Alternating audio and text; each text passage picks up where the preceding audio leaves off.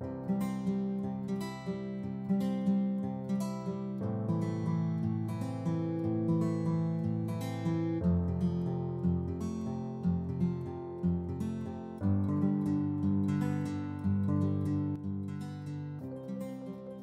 pour votre patience. Je vois que déjà beaucoup de personnes se sont connectées. Nous allons commencer. Bonjour et bienvenue à notre webinaire intitulé Travailler efficacement auprès des personnes souffrant de traumatisme racial. Je m'appelle Liliana Mora et je suis responsable du projet Justice sur mesure PAMDC+, qui a pour objectif de renforcer l'accès à la justice des communautés racisées. Ma collègue et directrice générale adjointe de la GEFO, Maître Valérie Lacroix, que vous voyez à l'écran, nous accompagnera aussi pendant la formation. Pour ceux et celles qui ne sont pas familiers ni familières avec la GEFO, nous sommes une communauté juridique et un centre d'expertise en français qui œuvre depuis plus de 40 ans. Si vous n'êtes pas déjà membre de la GEFO, nous vous encourageons à vous inscrire maintenant sur notre site web agefo.ca. Nous sommes ravis de voir présent un grand nombre aujourd'hui. La GFE est heureuse d'offrir des formations à distance en français permettant de vous rejoindre partout en Ontario. La formation d'aujourd'hui contient 1h45 minutes de contenu sur l'égalité, la diversité et l'inclusion. Elle est rendue possible grâce au financement du ministère de la Justice du Canada. Avant d'aller plus loin, précisons quelques points relatifs au bon déroulement de la session. Tout d'abord, le webinaire d'aujourd'hui est enregistré. Nous sommes en webinaire Zoom, donc la formatrice et les organisatrices, Maître Lacroix et moi, ne pouvons ni vous voir ni vous entendre. En cliquant en haut à droite de votre écran, vous pouvez choisir Gallery View en français, aperçu galerie, ou Speaker View en français, aperçu intervenant.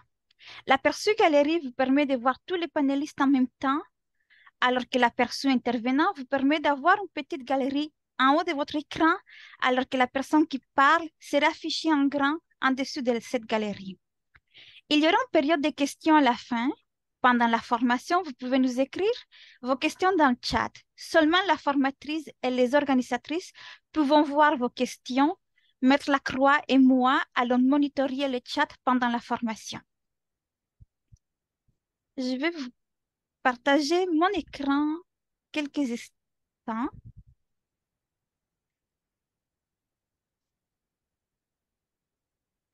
En fait, toujours concernant le bon déroulement de la formation, j'aimerais vous montrer utiliser Slido, une application que nous allons utiliser.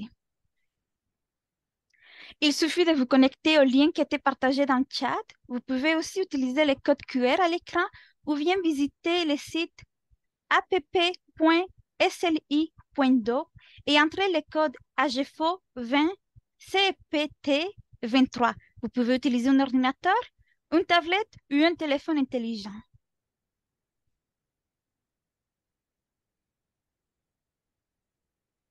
Donc, voici une question pour briser la glace et apprendre à utiliser Slido.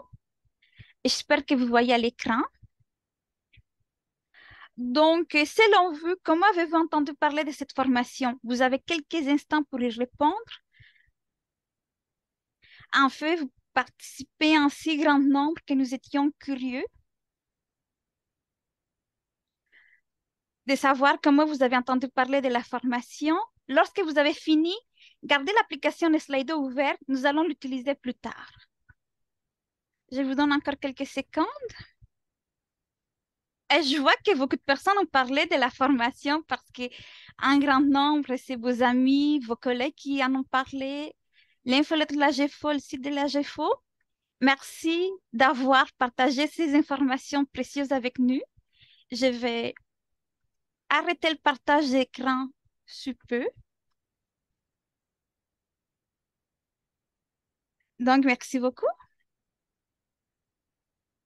Et je sais que vous avez hâte à la formation, mais avant de se lancer, prenons quand même quelques instants pour faire la reconnaissance des territoires. En fait, la colonisation, le racisme et le suprémacisme blanc ont eu des conséquences néfastes sur les communautés autochtones. Afin de favoriser la réconciliation avec le peuple autochtone, l'AGFO a adopté cette pratique qui reconnaît la présence autochtone dans l'histoire et dans le présent du Canada. Donc, nous reconnaissons que puisque je suis à Gatineau, je me trouve sur le territoire traditionnel non cédé de la nation algonquine Anishinaabe, présente en ce lieu depuis des temps immémoriaux. Nous reconnaissons que cette nation est la gardienne et défenseur traditionnelle de ce territoire et nous la remercions de son accueil. De plus, comme notre invité Audrey Kodai, qui je vais vous présenter sous peu, se trouve à Edmonton, nous reconnaissons le territoire visé par le traité numéro 6, un lieu de rassemblement et de rencontres, ainsi qu'un corridor où se déplacent des peuples autochtones, y compris les Nehiyos, les Déné-Sulinés, les Sisikai-Sitapi, les Sioux Nakoda, les Anishinaabe, les Haudenosaunee, les Métis-Otipemsuuk et les Isikisimu Nunanat. Nous remercions toutes ces nations pour leur accueil. Le sujet aujourd'hui est le traumatisme racial. Le racisme au Canada a des conséquences sur de nombreux Canadiens et Canadiens. Ces conséquences sont réelles et concrètes. En tant que juriste, vous connaissez les enjeux juridiques. Nous voulons vous aider à mieux comprendre les enjeux en matière de santé mentale. Au Canada, une personne sur trois sera touchée par la maladie mentale au cours de sa vie. Entre 2006 et 2017, près de 5,5 millions de Canadiens et Canadiennes ont obtenu des services de santé mentale. C'est plus que la population de la Colombie-Britannique. Aujourd'hui, nous parlons de la santé mentale des personnes de communautés racisées. Sans doute, vous avez l'intention de mieux comprendre les besoins de votre clientèle racisée. Nous voulons vous appuyer en vous outillant. Nous avons l'honneur de compter sur l'expertise d'Audrey Kodai, psychologue agréée. Elle offre des services en clientèle partout au pays, en plus d'offrir des formations même ailleurs qu'au Canada. Elle se passionne tout particulièrement pour les problématiques affectant les populations racisées et des fois musulmans, ainsi que l'anxiété et la faible estime de soi chez les professionnels et professionnelles. De plus, elle a produit des documents pour vous accompagner après la formation. Nous vous les enverrons dans les prochains jours par courriel. Sans plus tarder, je sais que vous avez hâte, je cède la parole à Madame Kodai. Bonjour à tous, merci de m'accueillir aujourd'hui pour cette formation. Donc, je suis vraiment contente d'être là pour vous parler de cette problématique de travailler efficacement avec les personnes qui ont un traumatisme racial. C'est quelque chose qui me tient particulièrement à cœur. Et on m'a dit qu'il y aurait aujourd'hui un groupe qui serait très réceptif à ça, qui veut vraiment travailler de manière plus inclusive, mais que c'est juste une question de savoir vraiment comment le faire. Donc, je vais vous en parler pour les prochaines, la prochaine heure et 45 minutes qui suivent. Donc, j'ai partagé mes diapositives dans un instant. Là, est-ce que on les voit bien à l'écran, Liliana, toujours? Oui, Oui. D'accord, parfait. Donc, comme je le disais, on dirait qu'il y a beaucoup d'excitation, de curiosité par rapport au sujet, mais je voulais quand même normaliser que c'est une problématique qui est quand même lourde à adresser. Donc, on parle de traumatisme racial, c'est pas quelque chose dont on a l'habitude de parler, et c'est associé à tout ce qui est race et racisme, mais on sait que on n'est pas forcément socialisé au fait de parler de ces problématiques-là dans notre culture de tous les jours. Donc, je voulais normaliser qu'en même temps que d'avoir ces émotions vraiment positives par rapport à la formation d'aujourd'hui, il peut y avoir de l'inconfort également et c'est tout à fait normal. Et je voulais vous inviter du coup à nous dire un petit peu qu'est-ce que vous ressentez aujourd'hui par rapport à cette formation. Donc, c'est quoi trois émotions qui vous viennent? Et donc, vous avez votre app Slido qui est ouvert et utilisez le même hashtag que tout à l'heure, donc qui est indiqué à l'écran, hashtag HFO28 SEPT23, donc pour nous dire un petit peu les émotions que vous avez aujourd'hui. Et c'est, comme tout à l'heure, tout à fait anonyme et il y en a à nous partager les réponses qui vont ressentir du sondage. Quelques minutes pour ça.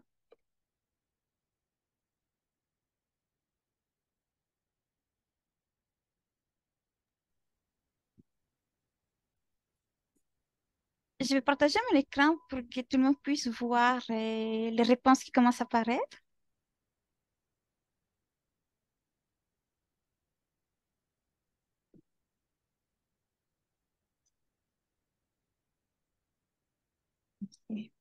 Et donc, les mots les plus gros sont ceux qui se répètent le plus. Oui, c'est parfait. Jean, je vois qu'il y a énormément de curiosité. C'est ce qui ressort le plus.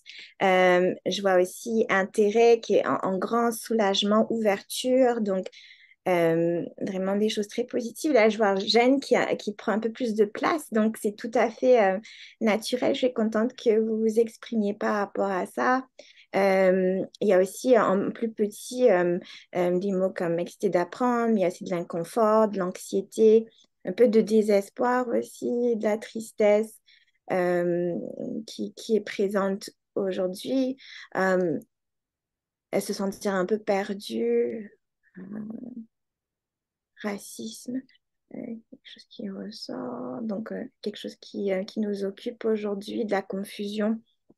Ok. Parfait, mal.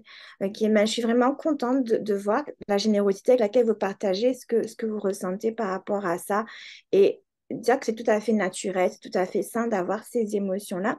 C'est vrai qu'on ne peut pas vraiment en parler un peu plus pour voir ce qu'il y a derrière, mais c'est des réactions d'habitude qu'on a quand il y a ce type de formation. Donc, merci beaucoup d'avoir partagé cela avec nous aujourd'hui. Et ce que je vais faire pour ma part, durant cette formation, c'est vraiment d'essayer de montrer le plus de respect possible pour toutes les identités qui sont présentes aujourd'hui et amener un environnement qui est sécure pour nous tous en parlant de cette problématique de travailler avec les personnes qui souffrent d'un traumatisme racial et aussi demander de la considération également de la part de tout le monde lorsque vous poserez des questions et ferez des commentaires pour que nous nous sentions tous le plus à l'aise possible aujourd'hui. Merci, Liliane. J'ai arrêté mon partage si jamais tu veux reprendre les tiens. D'accord, ouais, je vais faire ça. Ok. Alors, donc, je voulais commencer par définir certains termes. Donc, on ne peut pas vraiment parler de traumatisme racial sans parler de la problématique du concept de la race. Une définition de ce concept, c'est que c'est un construit identitaire social qui fournit des caractéristiques pardon, qui sont physiques et l'origine géographique. Et il y a une idéologie derrière qui place les êtres humains dans une hiérarchie de valeurs sociales. Donc, on voit bien que, en voyant cette définition, que la race n'a pas de fondement scientifique, n'a pas de fondement biologique. C'est vraiment un construit qui est social. Et comme le terme le dit, c'est quelque chose qui a été fabriqué.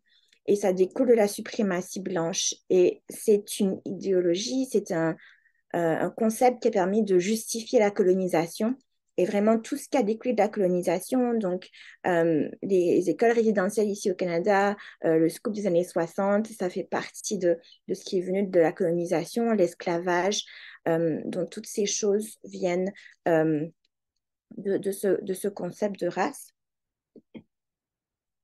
On peut aussi difficilement parler de traumatisme racial. On ne peut pas, on peut pas en parler du tout d'ailleurs sans parler de racisme. Donc, c'est un système de croyances, de préjudices sociaux, de pratiques telles que la discrimination raciale et de politiques qui ont pour but de donner l'avantage aux personnes qui ont historiquement occupé des positions de pouvoir, notamment les Blancs. Il y a différents types de racisme que l'on retrouve aujourd'hui. Euh, Lorsqu'on parle de racisme, parfois on va penser à ce racisme vraiment ouvert et agressif où il y a des gens qui crient fort qu'ils n'aiment pas des personnes de telle communauté raciale, de telle appartenance ethnique, etc. Mais vraiment, ce qu'on retrouve plus communément aujourd'hui, par exemple, quand on parle de racisme interpersonnel, donc le racisme qui se joue entre deux personnes euh, au minimum, c'est que il va y avoir des stéréotypes qui sont négatifs par rapport aux personnes racisées. Donc, on va penser qu'elles sont inférieures moralement. on va se dire ben, qu'elles ont une culture qui est défectueuse, qui est mauvaise. On va vraiment avoir cette idée-là que l'on est supérieur. Mais soit ça va être exprimé de manière moins agressive, ou ça va être pas exprimé du tout publiquement. Les personnes qui ont cette idéologie-là de racisme interpersonnel ne vont pas le dire publiquement parfois, mais par contre en privé, il y a vraiment l'adoption de ces stéréotypes négatifs envers les personnes qui sont racisées et autochtones. Ensuite, ce que je voulais vraiment parler aujourd'hui, c'est le racisme systémique qu'on entend peut-être moins ou auquel on pense peut-être moins quand on pense au racisme.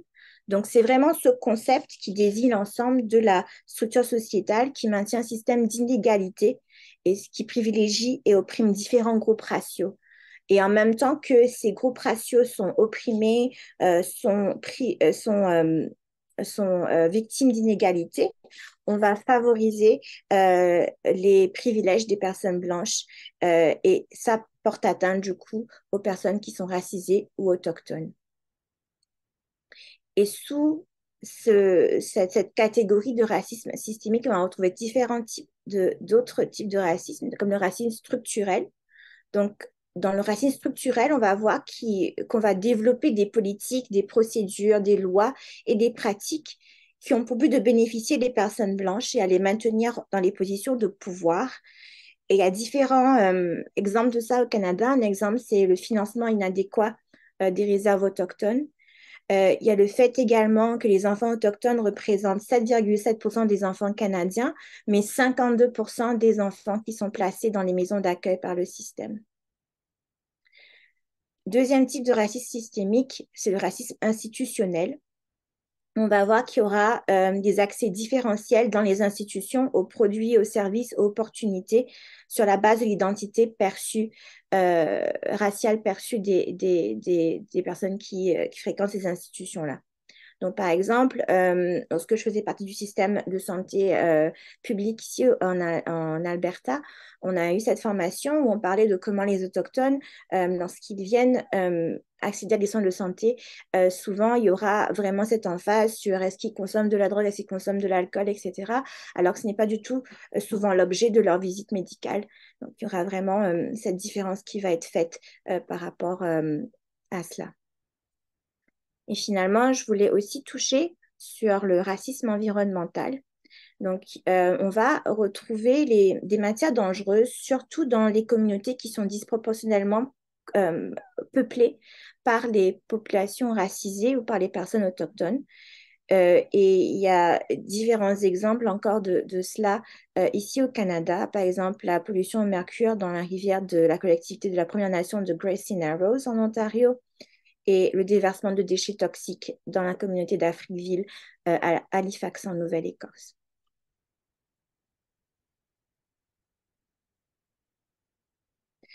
On va voir souvent également, je vais bouger la prochaine diapositive, que dans le contexte du racisme, surtout lorsqu'il y a des débats comme ça, des conversations qui se font sur le sujet, on va souvent avoir cette question qui va être amenée de est-ce que les personnes qui commettent un acte raciste, est-ce qu'elles le font consciemment, est-ce qu'elles le font volontairement?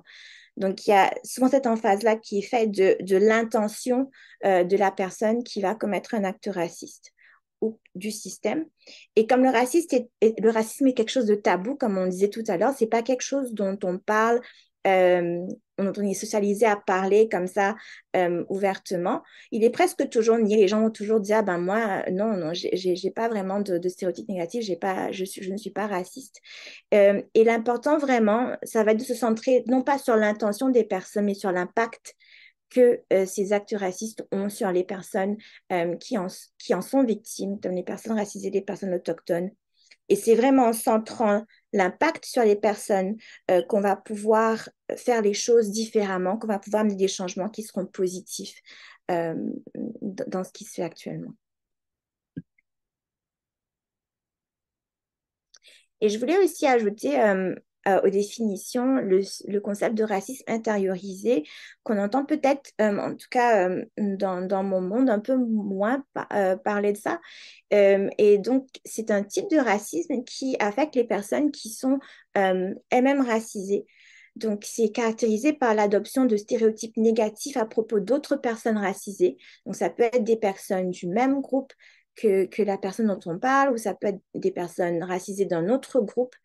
Et ça va amener également des sentiments négatifs envers soi-même en même temps qu'envers les autres. Et ça va amener, par exemple, des problèmes d'estime de soi. Je voulais en parler parce que, en tant que personne racisée moi-même, je trouve que parfois on oublie que nous aussi, on peut malheureusement être affecté, être concerné par le fait d'avoir comme ça des comportements qui sont caractérisés par le racisme. Donc, je trouvais que c'est important d'en parler également. On n'est pas immunisé contre le racisme en tant que personne racisée non plus. Et finalement, le traumatisme racial, donc ce qui nous intéresse surtout aujourd'hui, on l'a défini comme une blessure psychologique qui affecte les personnes qui sont sujettes à la haine ou à la peur de par leur appartenance raciale, ethnique ou leur couleur de peau.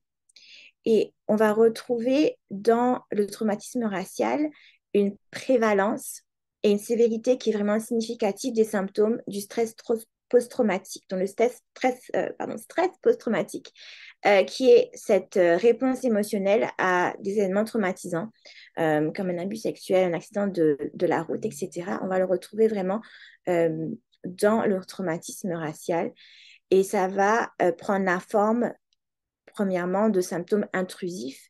Donc, les symptômes intrusifs, c'est des souvenirs par rapport à l'événement traumatisant qui vont être récurrents, gênants et qui sont indésirables. Des cauchemars sur le traumatisme. On va aussi voir que les personnes qui souffrent de traumatisme racial vont parfois agir comme si le traumatisme se reproduisait. Donc, elles vont revivre le traumatisme. Et aussi, il y a une détresse qui peut être vraiment sévère lorsqu'on va leur rappeler le traumatisme. Il y a aussi ce qu'on appelle des symptômes d'évitement. Donc, on va, en tant que personne racisée qui souffre d'un traumatisme racial, éviter les pensées, les sentiments et les souvenirs qui sont liés au traumatisme. On va avoir des changements de la pensée et de l'humeur. Donc, on va, par exemple, avoir des incapacités, une incapacité, des difficultés à se souvenir de certaines parties du traumatisme. On va avoir une humeur ou un état qui est persistant, qui est caractérisé par des émotions qui sont désagréables comme l'anxiété, l'irritabilité. Il peut y avoir aussi le fait d'être moins intéressé par les activités qui nous intéressaient avant. On va se sentir détaché également. On va sentir qu'il y a une distance entre nous et les autres lorsqu'on on souffre de traumatisme racial. Et on peut aussi avoir des difficultés à ressentir des émotions qui sont plus agréables. Et la dernière catégorie de symptômes qu'on va retrouver dans le stress post-traumatique et le traumatisme racial, ce sont les symptômes qu'on retrouve sur la catégorie de l'éveil. Donc, il y aura par exemple ce qu'on appelle l'hypervigilance. Donc, les personnes vont se sentir sur leur garde de manière constante. Elles vont être facilement effrayées. Donc, par exemple, on va voir des personnes qui vont sursauter lorsque le téléphone sonne. Elles vont avoir des difficultés à se concentrer, possiblement, et aussi des problèmes de sommeil, donc des problèmes à s'endormir, des problèmes à rester endormis. Et cela dit, donc, tout à l'heure, je parle de symptômes. Je veux surtout mettre l'emphase sur le fait que même si on parle de symptômes, c'est très pathologisé comme concept, le traumatisme racial, que vraiment c'est une réponse qui est tout à fait naturelle au phénomène du racisme, que ce n'est pas un signe de faiblesse. On va voir quand on va parler plus tard du modèle qui explique comment le traumatisme racial naît, comment est-ce qu'il se développe, que souvent les personnes vont faire face au racisme pendant plusieurs années, plusieurs décennies même, et qu'elles font preuve de beaucoup de résilience et qu'il y a un moment où c'est l'événement de trop et c'est ça qui va faire basculer dans un traumatisme racial. Donc, c'est ce modèle dont je parlais. Et donc, on va voir que dans la couche inférieure, on parle de traumatisme culturel. Donc, c'est un terme, moi, que j'ai traduit littéralement de l'anglais pour respecter le modèle, mais que je préfère parler, moi, de traumatisme intergénérationnel. Parce que ce que ça veut dire, en fait, c'est que à la base, avant même qu'une personne racisée autochtone soit victime de racisme, il y a déjà ses parents, ses grands-parents, ses ancêtres qui ont subi le racisme. Et du coup, il y a déjà cette couche sous-jacente qui existe pour cette personne-là. Donc, on pense encore une fois aux écoles résidentielles. Donc, même si une personne autochtone n'a pas fréquenté une école résidentielle, ses parents sont probablement allés à l'école résidentielle, ses grands-parents également, et que du coup, il y a eu tous ces abus qui ont été subis par ces personnes durant plusieurs années et qu'elles elles vont le porter en elles. Pareil pour les personnes, par exemple, qui sont issues de l'immigration et qui viennent de pays où l'esclavage a été pratiqué, comme c'est mon cas, par exemple, où j'ai des ancêtres qui ont été kidnappés, amenés en bateau, forcés à travailler, subi toutes sortes d'abus. Donc, c'est quelque chose qui, même si moi, je ne l'ai pas vécu, fait partie de mon historique par rapport au trauma intergénérationnel. La deuxième couche du modèle, ce sont les micro-agressions. Donc, on va définir ce que c'est. Donc, c'est des affronts ou des préjudices quotidiens qui sont motivés par des préjugés raciaux qui sont cachés et niables. Donc, si on est une personne qui n'est pas racisée et qu'on n'a pas l'habitude de subir des micro-agressions, ça peut être vraiment difficile de le voir, de le détecter, mais c'est quelque chose qui est bien réel. Et ce qui va se passer, c'est que en tant que personne racisée, personne autochtone, on va vivre des microagressions de manière très régulière. Et ça va, ça rentre dans le processus de comment on développe un traumatisme racial. Troisième couche, on parle de l'événement traumatique en lui-même. Donc, ça peut être quelque chose comme un abus sexuel par une personne non racisée. Ça peut être un moment où on va faire face à la brutalité policière. Ça peut être le fait de voir les membres de sa famille se faire violenter dans la communauté parce que c'est des personnes qui sont racisées. Donc, ça peut prendre énormément de formes. Ça peut être une énième microagression également qui va se rajouter à la longue liste de microagressions qu'on a subies. Et c'est là qu'on va basculer dans le traumatisme racial. Ce qui va se passer ensuite dans bien des cas, c'est qu'il y aura de l'invalidation. Donc, on considère souvent socialement que le racisme n'est pas une raison valide pour développer un traumatisme. Donc, quand les personnes vont parler du traumatisme racial, pas forcément en mettant des mots dessus, la plupart des gens, c'est difficile pour eux de mettre des mots sur ce qu'elles sont en train de vivre, mais il y aura une invalidation vraiment de leur expérience qui est amenée par le traumatisme racial. Et ensuite, tout en haut du modèle, on voit racisme structurel. Donc, on avait parlé plutôt du racisme structurel et de ce que c'est. Donc, ce sont le fait d'avoir ces politiques, ces lois, ces pratiques qui vont garder en position de pouvoir les personnes blanches. Donc, ça va causer, en fait, lorsque les personnes vont chercher une aide qui est professionnelle, au sein de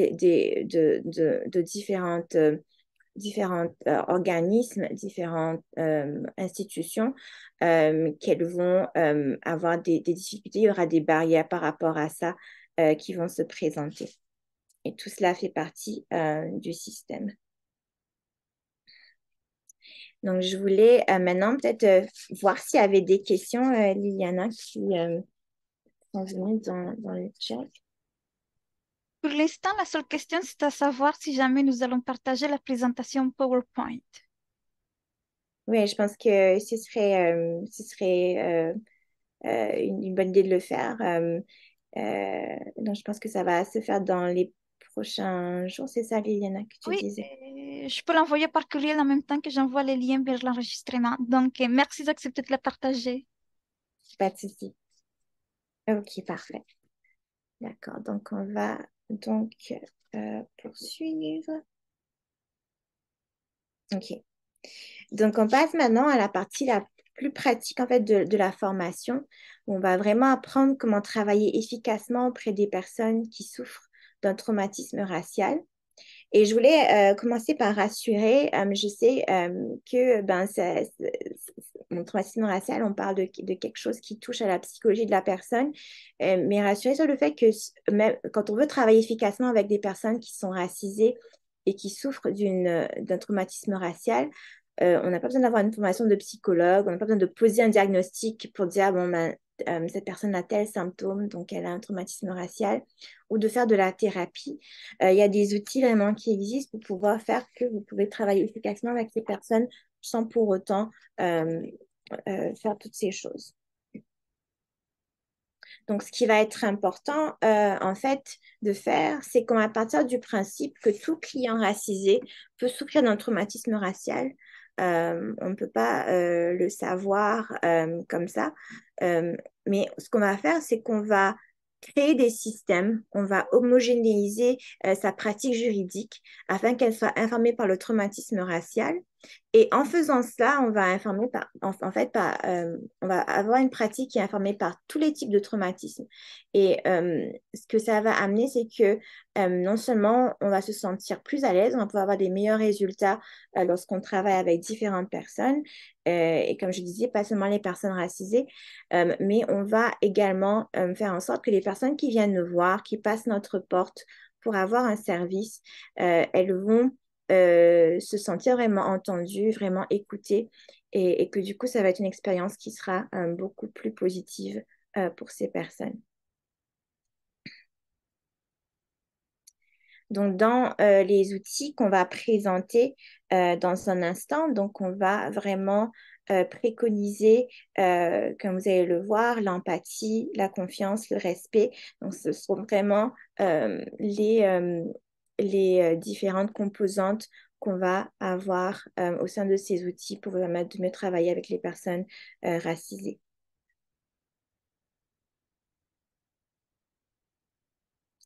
Donc, l'outil numéro un dont on va parler, c'est d'avoir un espace qui est adapté. Et ce que je veux dire par là, c'est qu'on va avoir, ben, comme logiquement, donc un espace qui est confortable, qui est bien éclairé, etc., où la personne va se sentir le plus à l'aise possible. Qu'est-ce que ça va vouloir dire pour une personne qui est racisée, par exemple, et qui a un traumatisme racial? Ça va passer aussi par le fait d'avoir un espace qu'on peut possiblement moduler. Donc, on peut changer un petit peu.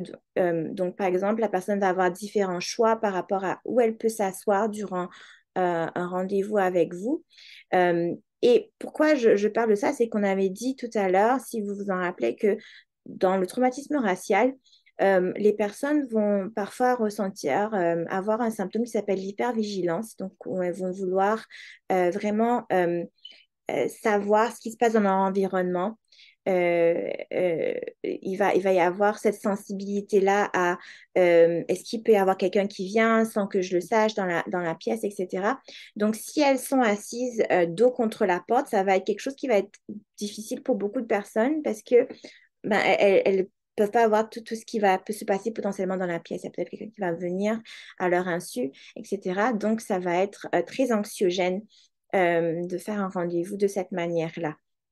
Donc, si elles ont un choix, être assise dos au mur, ça va être le choix de beaucoup de personnes, tout en sachant que les déclencheurs, donc les différents stimuli qui peuvent rappeler le traumatisme pour différentes personnes vont être différents parce que leur traumatisme est différent. Donc, si on a un espace où on a des sièges qu'on peut bouger, par exemple, dans la pièce facilement, ça va être quelque chose qui va être plus adapté en fait aux personnes. Comme ça, elles peuvent choisir comment elles veulent faire leur rendez-vous le plus possible. Euh, Aussi, ce que je voulais rappeler, c'est que l'environnement de travail que vous avez, oui, ce sont les bâtiments, c'est la pièce où vous recevez vos clients, ce sont les meubles, etc. Mais c'est aussi vous en tant que personne. Et c'est aussi les personnes qui travaillent avec vous, donc les associés, les internes, les réceptionnistes, etc. Donc, se rendre compte aussi que dans le traumatisme, il y a des personnes qui ont été impliquées donc, dans tout ce que la personne aura vécu, les instances de racisme, de microagression, il y a des personnes qui sont impliquées et que c'est possible que vous, de par vos caractéristiques, de par votre identité, vous rappelez à cette personne quelqu'un qui lui a fait du mal dans le passé. Et ça peut être le cas aussi, comme je disais, pour d'autres personnes qui travaillent avec vous. Donc, se rendre compte que ça aussi, ça peut être un événement, un facteur qui est déclencheur, qui peut causer de l'anxiété pour la personne racisée ou autochtone, qui peut euh, causer une détresse psychologique également. Euh, Par contre, oh, vas-y, Lina. Excuse-moi de vous interrompre. Nous avons une question. Il y a une personne qui se demande, est-ce que c'est approprié de vous interrompre? Je suis pas certain. Donc, la Oui. personne se demande quelle est la différence entre le racisme systémique et la discrimination systémique. Lorsqu'on parle de racisme, à mon sens, donc on est vraiment en train de parler de ce qui est en place en termes du système. Donc, par exemple, on me disait tout à l'heure qu'il y a des lois, il y a des pratiques, il y a des procédures, etc., qui vont euh, pouvoir être à l'avantage des personnes blanches, par exemple, et pas d'autres personnes. Discrimination, à mon sens, c'est plus en fait ce qui se joue au niveau des actions de ce qui va se faire dans le quotidien. Je ne sais pas si ça aide cette personne.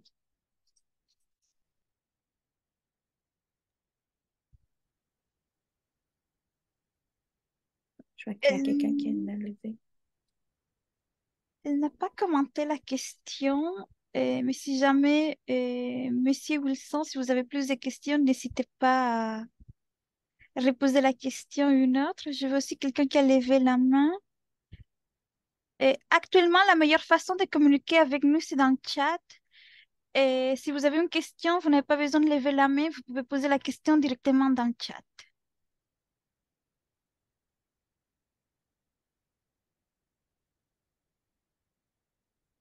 Je ne vois pas d'autres questions et la personne n'a pas fait d'autres commentaires. OK. Mais oui, sens-toi libre, Liana, de m'interrompre quand il y a des questions. Je pense qu'on est assez bon par rapport au temps, donc on a l'occasion de prendre des questions pour l'instant de manière assez spontanée. Donc, merci de réagir comme ça me fait vraiment plaisir. Et oui, continuez à poser des questions, s'il vous plaît. Merci à toi. Bien. Oui, donc comme je disais, donc les personnes également font partie de l'espace de travail, de l'environnement où la personne racisée va se retrouver. Et comme je disais, ben, vous-même en tant que personne, vous pouvez être un déclencheur, les personnes qui travaillent avec vous également. Et je sais que dans ces cas-là, si c'est quelque chose que vous remarquez, si c'est quelque chose que la personne exprime, le client exprime, la solution euh, la plus, euh, euh, la plus apparente, peut-être que ce que les personnes vont faire d'habitude, c'est référer la personne à quelqu'un d'autre. Moi, ce que je recommande, en fait, c'est que, surtout si la personne vous a choisi, elle a choisi de venir vous voir en tant qu'avocate, elle a choisi de venir vers vous pour le service qu'elle demande, c'est d'essayer plutôt que de la référer tout de suite comme ça, c'est de mettre en pratique les outils dont on va parler aujourd'hui, donc celui-là, par exemple. Euh, et le plus vous en mettrez, le plus ça va aider cette relation avec le client. Et en ce faisant, ça va potentiellement aider la personne à avoir une expérience qui est différente de ce qu'elle aura vécu auparavant. Et aussi, ça va aussi, comme on disait, vous avez peut-être choisi, elle a peut-être opté pour venir vous voir personnellement. Donc, ça va aussi lui favoriser le fait que ben, c'est un choix qu'elle a fait. Donc, on va vraiment respecter cela. Et si jamais il y a à un moment donné du travail avec cette personne, donc vous constatez que vraiment le fait de venir vous voir, ça cause des problèmes par rapport à son fonctionnement, peut-être que c'est quelque chose qu'elle vous exprime également, d'avoir une conversation, un dialogue avec cette personne pour dire ben, que vous avez remarqué certaines choses ou, et par exemple lui dire ben, je suis vraiment honorée, je suis vraiment contente que tu m'aies choisi pour t'aider avec cela. Par contre, je me rends compte que souvent, c'est difficile, que tu as l'air d'être vraiment en détresse et je voulais savoir, est-ce que tu voudrais que je te réfère à quelqu'un d'autre? Moi, j'aime beaucoup travailler avec toi et j'aimerais qu'on puisse continuer à travailler ensemble. Et en même temps, je veux respecter le fait que peut-être je ne suis pas la meilleure personne pour toi à ce stade-ci. Qu'est-ce que tu en penses? On va vraiment inclure la personne dans cette décision. Et si jamais vous référez à un autre collègue, que ce soit fait de manière très chaleureuse, de manière très empathique, encore une fois, donc dire à la personne qu'on veut travailler avec elle, qu'on aimerait beaucoup faire ça, mais qu'on pense surtout à elle et lui donner, comme je disais, le choix de le faire.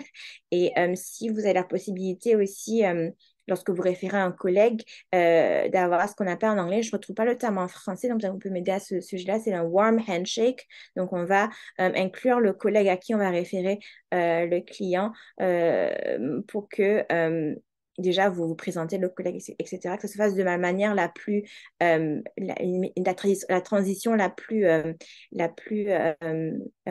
fluide possible lorsque vous allez faire cela.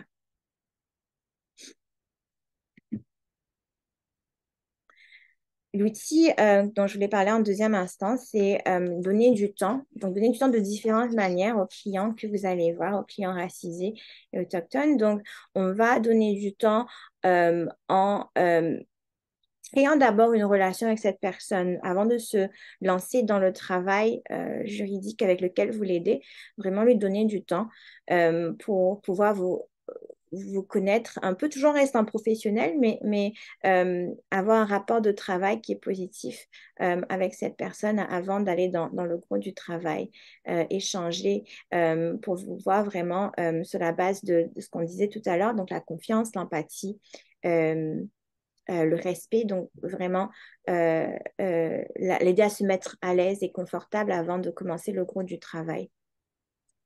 Ce que ça veut dire aussi, c'est que on va, lorsque vous allez voir quelqu'un pour un rendez-vous, se donner plus de temps que ce qu'on pense dont on a besoin. Donc, par exemple, si vous pensez que ça devrait prendre 20 minutes, vous donnez peut-être 30 minutes plutôt parce que, comme on l'avait dit, les personnes qui souffrent d'un traumatisme racial, elles vont avoir des problèmes de concentration possiblement. Donc, ça va être difficile de se concentrer sur une longue durée. Donc, si on va peut-être devoir ralentir le rythme de travail pour pouvoir expliquer certaines choses, pour pouvoir revoir certaines choses au cours du rendez-vous. Donc, vraiment, se donner plus de temps pour que la personne ne se sente pas vraiment qu'elle doit se presser, qu'il y a une pression par rapport au temps, le plus possible, donner ce temps-là. Et aussi prévoir des temps de pause, parce que comme on disait tout à l'heure, surtout si le rendez-vous a trait au traumatisme qu'elle a vécu, ça va être beaucoup de détresse qu'elle va vivre en parlant de ce qui s'est passé pour elle, de son expérience. Et donc, si on a des temps de pause comme ça qu'on peut offrir à la personne, ça va aider à faire que le travail sera beaucoup plus efficace. Audrey, et nous avons une autre question et je vais la lire. D'accord. Comme personne blanche, il arrive quand je parle à un événement ou quand je donne un atelier que je me situe comme une personne vivant avec les privilèges blancs pour reconnaître le fait que je n'ai pas l'expérience vécue d'une personne racisée et que ces différences ont un impact dans nos relations et dans la société. Est-ce que c'est quelque chose qui serait approprié à faire lorsqu'on offre des services juridiques à une personne en particulier de manière systématique au début d'une rencontre ou peut-être seulement à l'occasion selon les contextes quand on sent que c'est utile de le faire? Ah, j'aime beaucoup cette question. Je trouve que la personne qui l'a posée a beaucoup de sensibilité par rapport à ça. Donc moi, ce que je prône, c'est de le faire en fait de manière systématique parce que, comme on le disait, peut-être que le travail que vous faites, ça n'a pas trait au traumatisme qu'a vécu la personne, mais on sait qu'elle aura vécu des choses auparavant, on sait qu'elle aura subi des microagressions, etc. Et que ça peut se jouer quand même dans la relation que vous avez avec cette personne-là. Donc si du début vous dites, moi je suis une personne blanche, je bénéficie du privilège blanc, j'ai pas ce vécu-là, mais je veux vraiment faire des efforts pour comprendre ce que toi tu as vécu, si c'est quelque chose que tu veux partager, comment ça s'est joué pour toi. Peut-être que la personne a été dans un autre cabinet avant, ou elle a été traitée différemment et que ça va ressortir dans le travail qu'elle fait avec vous. Il peut y avoir plein de scénarios possibles, mais moi je trouve que c'est vraiment important de le faire et dès que la personne ça va, je pense que ça va de toute manière la mettre beaucoup plus à l'aise dans la relation qu'elle aura avec vous, peu importe son expérience. La personne parlait aussi d'atelier, Liliana. Est-ce que Oui, d'après ce que je comprends, la personne, en plus des services juridiques, parfois elle participe à des événements ou offre des ateliers. d'accord. Oui, si vous offrez des ateliers, surtout si ça a trait à, de près ou de loin à comment travailler avec les personnes racisées, je pense que ce serait une bonne chose de dire oui, c'est pas quelque chose que moi j'ai vécu. Ou lorsque vous intervenez dans les ateliers, même si vous n'êtes pas la personne qui est en train de donner l'atelier en tant que tel, mais lorsque vous intervenez, de le dire. Je pense que ça peut, si c'est dit d'une manière qui est très ouverte, où vraiment on exprime le fait qu'on veut apprendre, qu'on veut comprendre plus, sans pourtant mettre la pression sur les personnes qui sont là, de vous expliquer les choses en tant que telles. Euh, euh, on va faire nos recherches, dire, je vais me renseigner aussi moi de mon côté, mais je voulais poser cette question si elle est appropriée. Donc, je pense que c'est vraiment une bonne pratique. Je suis en train de parler de plein de choses différentes. Dis-moi si c'est trop d'informations. Mais oui, je trouve que c'est une excellente question et qu'elle est très importante.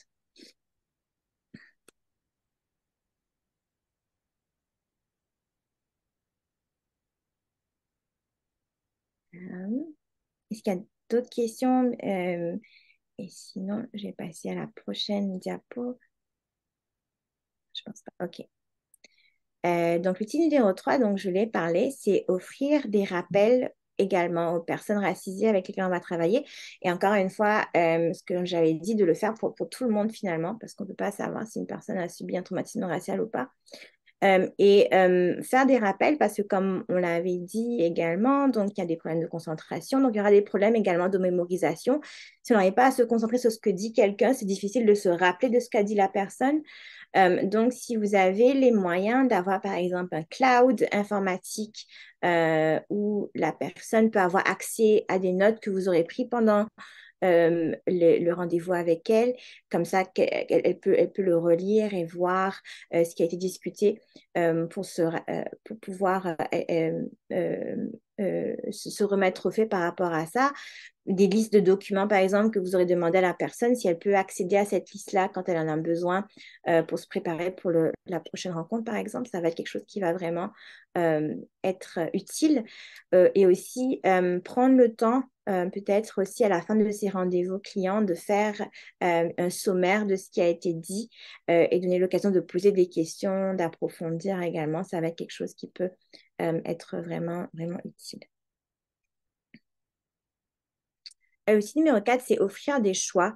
Donc, le plus possible, on essaie de donner un maximum de choix aux individus qu'on va voir. Et ça va aider à faire que la personne va vraiment sentir qu'elle a une liberté par rapport au service qui lui est offert. Bien sûr, ça va être dans les limites de ce qui est possible, mais vraiment préconiser ça. D'ailleurs, il y a un document qui s'appelle la boîte à outils pour la pratique légale informée par le traumatisme, qui a été préparé par la Golden Eagle Rising Society et qui est le fruit du travail de plusieurs professionnels et de plusieurs juristes dans cette équipe qui recommande de donner aux clients des choix dans les décisions qui les affectent d'une manière qui soit vraiment intentionnelle, qui ait du sens pour elles et qui va au-delà de ce qui est requis par le Code d'éthique des avocats. Donc, on a vraiment prôné ça également sur le travail avec les personnes qui souffrent de traumatisme racial. Outil numéro 5, respecter ses engagements.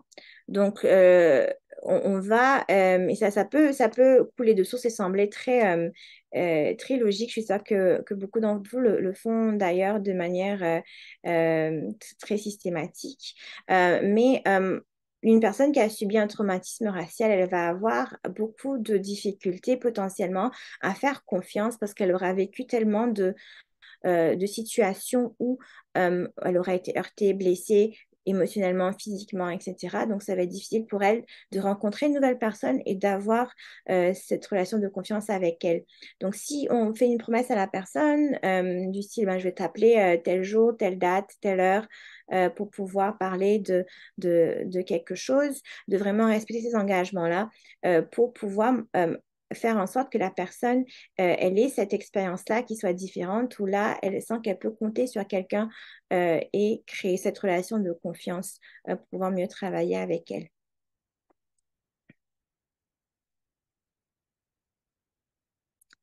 L'outil numéro 6 dont je voulais parler, c'est le fait de mesurer la satisfaction des personnes qui viennent vous voir. Je sais que souvent ça se fait dans certains endroits. Je ne suis pas trop au fait dans ce qui est du travail que vous faites en tant qu'avocat. Si dans les cabinets, il y a cette possibilité de donner des feedbacks, s'il y a des formulaires de satisfaction qui sont remplis. Je sais que quand ça se fait dans différents secteurs, ça se fait de manière anonyme. Donc là, on va demander à la personne si elle est d'accord pour donner son avis sur son expérience, mais pas de manière anonyme, et vraiment respecter le fait que il y a des personnes qui vont vraiment être contre cela. Donc, dans différentes cultures, la personne qui a une position d'autorité, donc euh, va être très respecté. On va pas vraiment vouloir lui adresser des critiques qui sont potentiellement négatives. Et donc, vous, en tant qu'avocat, vous êtes une figure d'autorité. Donc, ça va potentiellement être difficile pour les personnes, mais certaines personnes vont accepter de le faire. Donc, vraiment mettre en face sur le fait que c'est pas du tout quelque chose d'obligatoire, qu'il y a le choix par rapport à ça.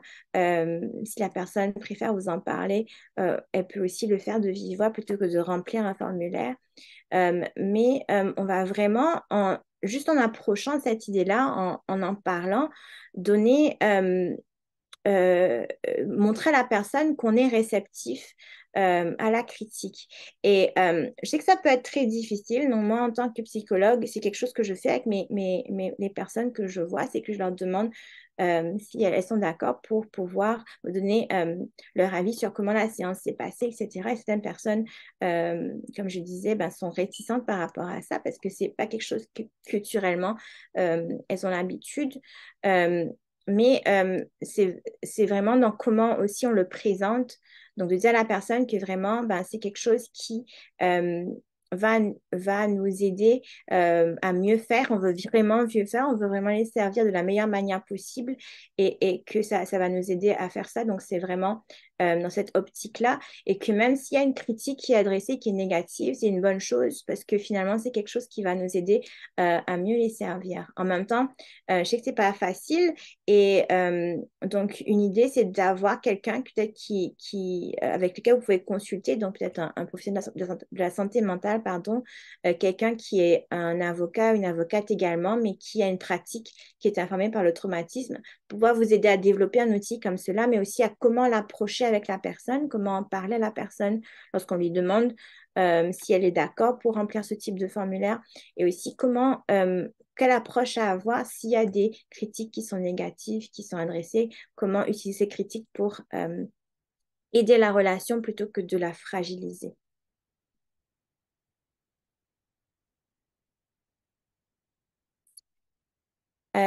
L'outil numéro 7 dont je vais parler, ce sont les 5 secrets de la communication efficace. Et donc, vous allez voir que dans les documents que Liana va vous envoyer dans quelques jours, il y aura un sommaire de ce que sont les 5 secrets de la communication efficace, un petit aide-mémoire si c'est quelque chose que vous utilisez dans votre pratique par la suite. Et je pense que c'est un outil qui est vraiment très utile et qu'on peut utiliser de différentes manières. Euh, et j'ai juste une parenthèse pour revenir sur les micro-agressions avant d'en parler un peu plus parce que ça va être quelque chose qui va se rapporter à ces outils-là. Euh, oups, hop, j'ai un petit souci de diapo. Ah, voilà. OK, donc pour rappel, les microagressions, c'est quoi? C'est des affronts, des préjudices qui sont quotidiens, qui sont motivés par des préjugés sociaux, préjugés raciaux, pardon, et qui sont cachés et niables. Et avant de parler des 5 secrets, j'aimerais faire un petit exercice, si vous êtes d'accord, sur les microagressions.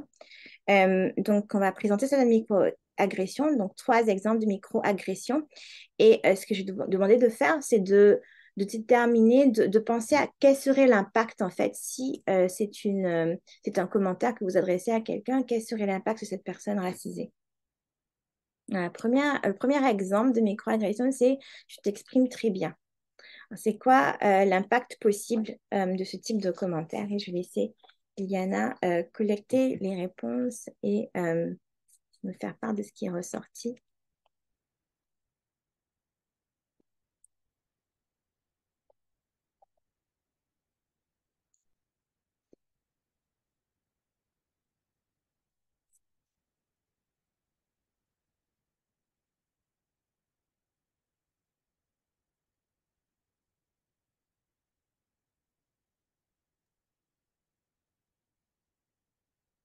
Nous avons un premier partage. Il y a quelqu'un qui écrit sentiment d'insécurité à propos de la langue. Ouais, c'est très bien. C'est exactement ça. Ouais, on est en train de dire à la personne, tu t'exprimes très bien, mais en fait, euh, c'est un jugement en fait qu'on a porté sur la personne déjà. Ça peut traduire pour beaucoup de personnes un certain étonnement euh, euh, de la personne qui leur donne ce compliment, entre guillemets. Et oui, je ne m'attendais pas à ce que tu t'exprimes aussi bien. Et donc, ça peut créer un sentiment d'insécurité par rapport à la langue, effectivement. Oui. Je souhaite rappeler aux participants et participantes que vos microphones sont désactivés. Donc, si vous voulez partager des réponses, vous pouvez le faire dans le chat. D'ailleurs, j'ai une personne qui écrit microagression.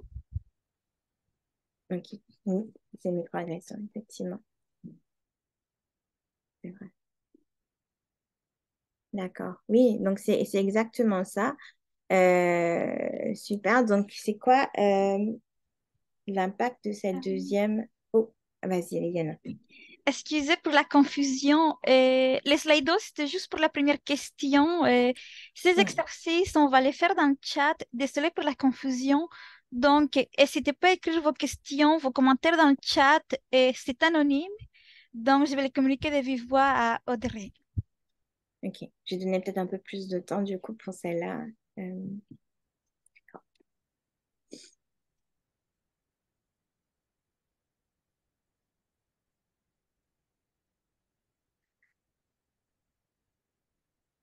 Une personne demande comment est-ce qu'on peut qualifier cette microagression en dehors du contexte.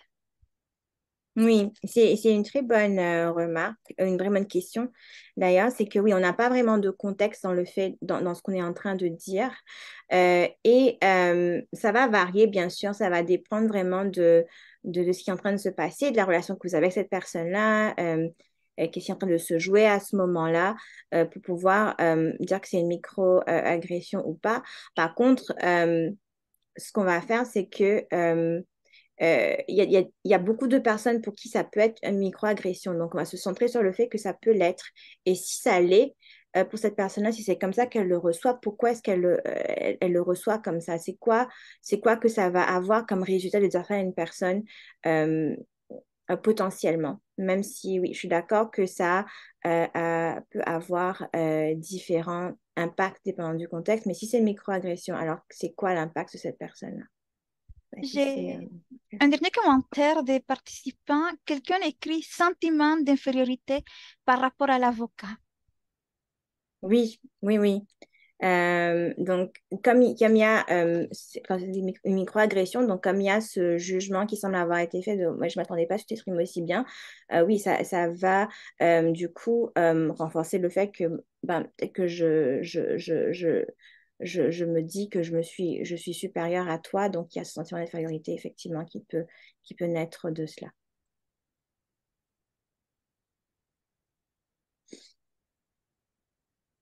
Ce sont tous les commentaires que j'ai, et à part laisser penser que la personne ne parle pas dans sa langue d'origine et qu'elle ne vient pas d'ici. Oui, oui, oui, effectivement. Donc, et là, on est encore en train de faire un jugement. Donc, on est en train d'exprimer que cette personne n'est pas d'ici, qu'elle ne parle pas dans sa langue d'origine. C'est quelque chose qu'on ne sait pas forcément d'emblée. Donc, lorsqu'on est en train d'adresser ce commentaire à quelqu'un et qu'on fait ce jugement-là, ça peut se ressentir et c'est ça l'impact. C'est oui, que la personne va se dire que c'est ça qu'on se dit et ça peut amener un sentiment de rejet également pour cette personne-là.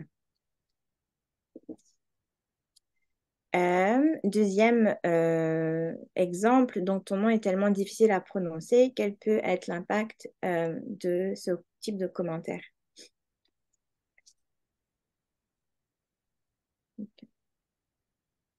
N'oubliez pas d'écrire vos commentaires dans le chat, nous allons les lire.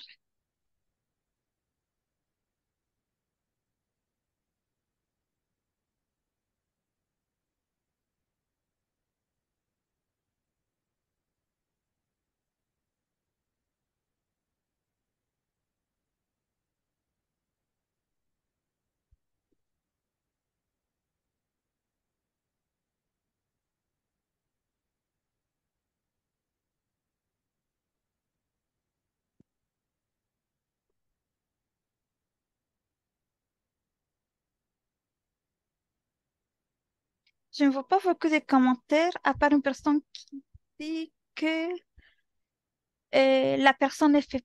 Ok, tous les commentaires viennent d'arriver en même temps. La personne ne fait pas d'effort pour essayer de prononcer le prénom. Oui. Mais effectivement, oui. Il n'y a pas d'effort qui est fait. On va simplement dire à la personne, sous forme de critique d'ailleurs, ton nom est tellement difficile à prononcer. Je suis qu'un commentaire que le vécu de la personne est différent et moins courant que la personne qui exprime ses commentaires. Oui, il y a vraiment ce côté, on va altériser la personne. Donc, tu ne fais pas partie du même groupe que moi. Donc, il y a vraiment cet impact-là également, effectivement. Une autre personne écrit, c'est déjà un jugement de valeur sur les noms de la personne. Oui, tout à fait. Tout à fait. C'est exactement ça. Parfait. Et Vas-y.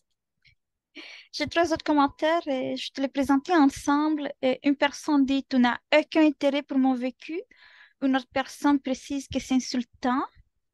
Une autre personne précise que la personne n'est pas assez importante pour faire un effort. Et une Hmm. dernière personne explique qu'on est en train de donner le message que tu es différente que moi, je me sens mal à l'aise et je connais rien à ta réalité et je ne suis pas ouverte à ta réalité. Wow. Ouais, c'est toutes ces choses-là, c'est exactement ça. Donc, on va vraiment montrer un manque d'ouverture, on va vraiment, c'est insultant, comme l'a dit quelqu'un, il n'y a aucun intérêt qui est démontré parce qu'on ne fait pas un effort, comme ça a été mentionné auparavant. C'est exactement ça.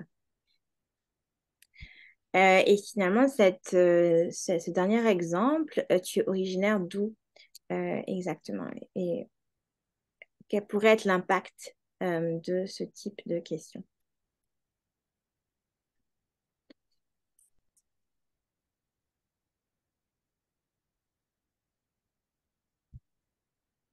J'ai un premier commentaire qui dit, tout n'appartient pas ici.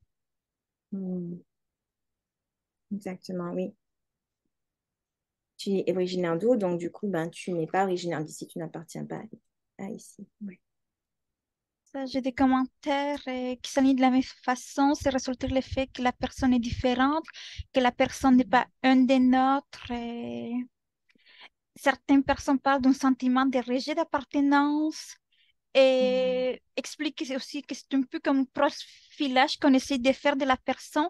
On essaie de séparer la personne du reste.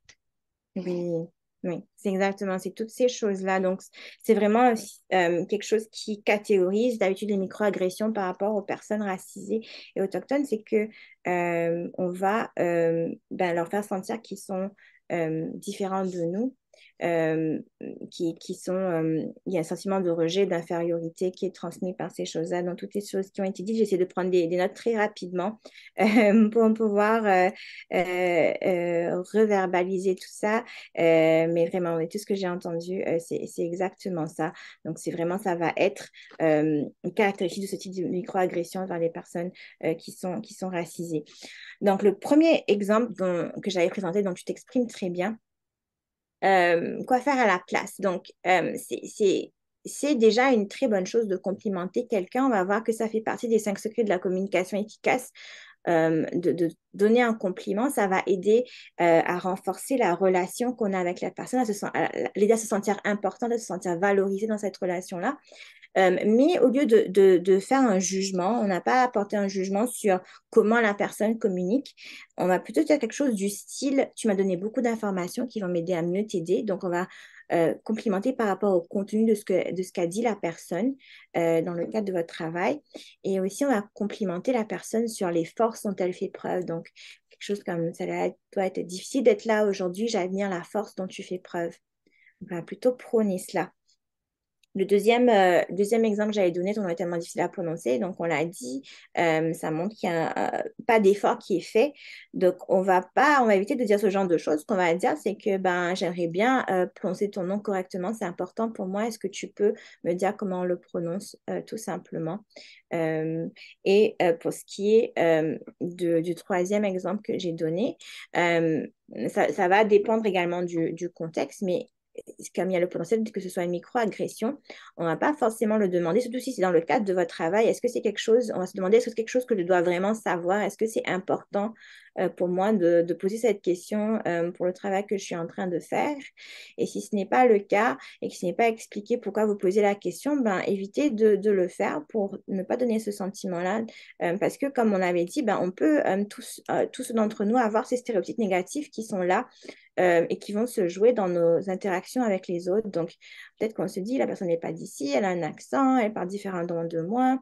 Euh, donc, ne pas poser la question si jamais c'est quelque chose qui n'est pas nécessaire et qu'au fil de la relation, la personne va peut-être en parler elle-même, mais de toute manière, ce n'est pas quelque chose qui est forcément une information que vous devez tout à fait avoir. Donc, ne pas poser la question si elle n'est pas nécessaire. D'ailleurs, Audrey, je pense que c'est une des questions qui a suscité les plus de réactions. Est-ce que tu veux prendre encore quelques commentaires? J'en vois Oui, trois. Ok. vas-y. Donc, une personne disait que ça peut démontrer un intérêt, mais qui peut aussi démontrer une catégorie autre que moi. Mhm. Une Ok. autre personne se demandait si on poserait cette question à une personne de peau blanche. Elle précise que ça sous-entend que l'on peut interroger l'identité de la personne. Mhm. Et les Oui. deux derniers commentaires, c'est le fait que quelqu'un mentionne que dans certains cas, cela peut être la conséquence d'une certaine ignorance, mais non dans son dessein ostracisant. Ok. C'est une conséquence. Est-ce que je peux redire ça, Liliana? Oui, le dernier, c'était le fait que dans certains cas, cela peut être la conséquence d'une certaine ignorance, Hmm. mais non dans son dessein ostracisant. Ok. Ouais, en train d'en fait, d'altériser la personne.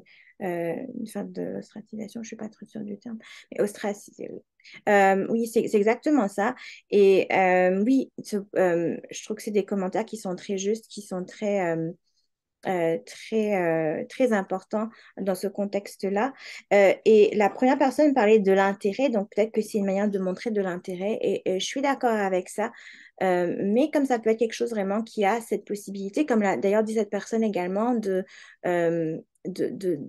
lui dire qu'elle est différente, on va éviter de le faire. On se rappelle que dans le contexte de travailler avec les personnes racisées, on va se centrer sur l'impact possible plutôt que sur l'intention qu'on a. Donc, même si l'intention, c'est de montrer de l'intérêt, si jamais c'est quelque chose qu'on peut, et si on peut éviter ce type de questions, ça va aider la relation qu'on a parce qu'on ne sait pas ce qu'a eu la personne en termes d'expérience par rapport à ce genre de questions. Et encore une fois, l'impact, c'est vraiment le plus important. OK. Parler de ça. Donc, les 5 secrets de la communication efficace, ça va être vraiment utile par rapport à beaucoup de choses qu'on en a parlé aujourd'hui. Donc, ça va permettre de communiquer de manière à exprimer de l'empathie et du respect pour la personne, qu'on soit une relation de confiance. Donc, on se rappelle que c'est ces trois piliers-là qu'on va favoriser dans le fait de travailler avec les personnes qui ont un traumatisme racial. Donc, vraiment se baser dessus, mais ça va aussi aider à réparer une relation suite à une cassure potentielle ou avérée.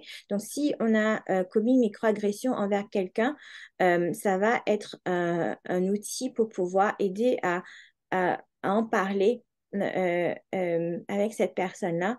Euh, euh, c'est très important que ce soit fait, du coup, avec son accord. Bien sûr, on va demander la permission de revenir dessus à la personne. Et si la personne ne veut pas en parler, ben, respecter ce choix-là.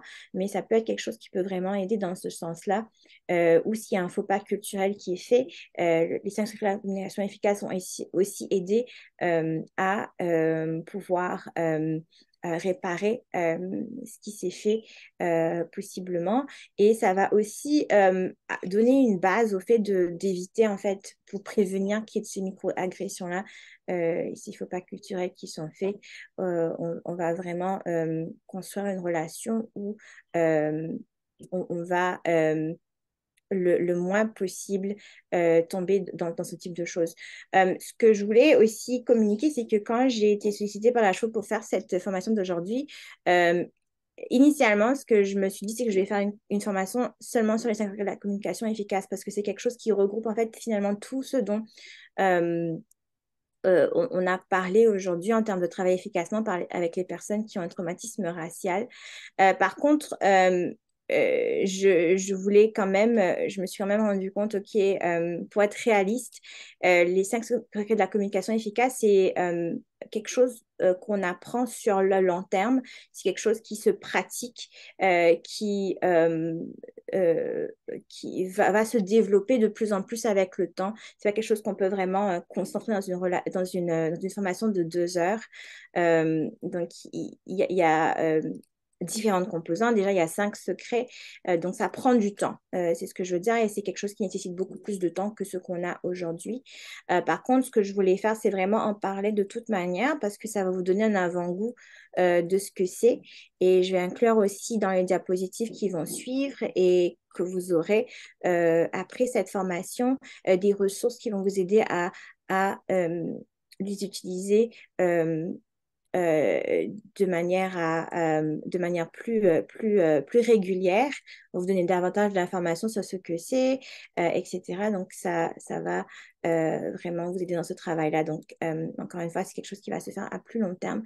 Cela dit, donc, même si vous utilisez un de ces secrets de manière imparfaite, ça va vraiment changer la relation parce que vous allez voir que déjà, ça va aller à contre-courant de ce qui est communiqué d'habitude, ce dont les personnes peut-être ont vécu plus habituellement dans leur interaction avec les autres. Donc, ça va de toute manière faire des changements. Donc, je vous encourage vraiment à essayer, à vous renseigner davantage sur cet outil-là. Donc, je voulais utiliser un exemple pour pouvoir illustrer comment on peut utiliser les 5 secrets de la communication efficace.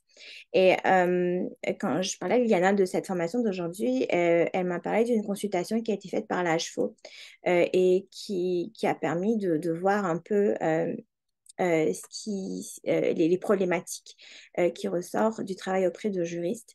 Et quelque chose dont on a parlé, c'est que il y a des personnes qui vont venir à leur rendez-vous parfois avec un avocat, par exemple, accompagné d'autres personnes, et que tout à fait naturellement. Ça peut être un peu déstabilisant quand on n'en a pas l'habitude. Ça peut aussi être un peu frustrant comme ça d'attendre à voir une personne et on voit 5 personnes qui sont là en train de nous voir. Ça peut euh, porter un peu à confusion. Euh, c'est toutes ces choses-là qui sont vraiment naturelles. Je sais que dans le travail des psychologues également, c'est quelque chose qui peut survenir et être un peu difficile. Mais déjà, je voulais parler du fait que c'est quelque chose qui est aussi très naturel dans plusieurs cultures collectivistes dont sont issues plusieurs personnes des populations racisées, où on va vraiment valoriser la vie des personnes qui nous sont proches. On va valoriser ce que pensent nos amis, nos familles, etc. Et on va vouloir qu'elles viennent à ce type de rendez-vous parce que déjà, sans mettre la pression, ben, ça peut être on peut valoriser le fait de savoir ben, qu'est-ce qu'elles pensent de vous en tant qu'avocat. Est-ce qu'elles pensent que vous allez pouvoir les aider efficacement, etc. Donc, il y aura ça. Il y aura aussi que ben, ça va aider d'avoir différentes personnes qui entendent l'information qui va leur être donnée pour poser des questions parce qu'on encore une fois, on valorise vraiment ce que pensent ces autres personnes qui sont importantes pour nous. Euh, et donc, être consciente de ça, mais savoir aussi comment gérer ces situations-là, ça va être important parce que c'est vraiment quelque chose qui est ressorti de cette consultation. Donc, on va imaginer, par exemple, un scénario où vous avez un rendez-vous avec un client et vous arrivez dans la salle d'attente et cette personne est accompagnée de d'autres personnes. Euh, et du coup, vous ne comprenez pas trop pourquoi et elle demande est-ce que je peux amener ces autres personnes et disons que vous êtes pressé, vous voulez vraiment euh, voir cette personne et l'aider par rapport à ce qu'elle est venue rechercher. Donc, ben non, je ne veux pas vraiment voir ces autres personnes, il faut que tu viennes toute seule, etc. Et que quand la personne entre dans votre bureau, elle exprime euh, qu'elle voulait vraiment qu'il y ait d'autres personnes, peut-être qu'elle se sent même exprimer une certaine détresse par rapport à ça, de l'anxiété par rapport au fait d'être là. Donc, comment est-ce qu'on va avoir un dialogue avec cette personne pour essayer de réparer ce qui s'est passé? Euh, donc, un des secrets de la communication efficace, c'est de faire preuve d'empathie. Donc, on va montrer de l'empathie pour la personne.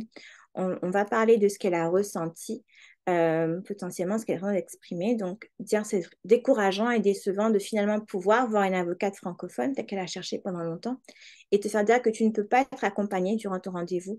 Et je vois à quel point c'est important pour toi. Donc, on va vraiment mettre des mots sur ce que la personne est en train d'exprimer. Désarmer, c'est une traduction de l'anglais. Donc, en fait, c'est vraiment valider en fait ce que dit la personne. Donc, à ta place, pense que je me sentirais exactement de la même manière. Donc, si jamais je venais avec d'autres personnes et que je voulais être vue avec ces autres personnes et qu'on me dit non, tu peux pas, je me sentirais de cette manière-là également. Complimenter la personne, lui dire j'admire ton courage, j'imagine que c'est difficile de venir me voir aujourd'hui. Ce qui serait logique si la personne est venue avec d'autres personnes, c'est peut-être que c'était difficile pour elle de venir potentiellement, ou comme on le disait, peut-être que c'est parce que elle veut vraiment avoir la vie, le soutien des autres personnes qui l'accompagnent aujourd'hui. Utiliser je me sens.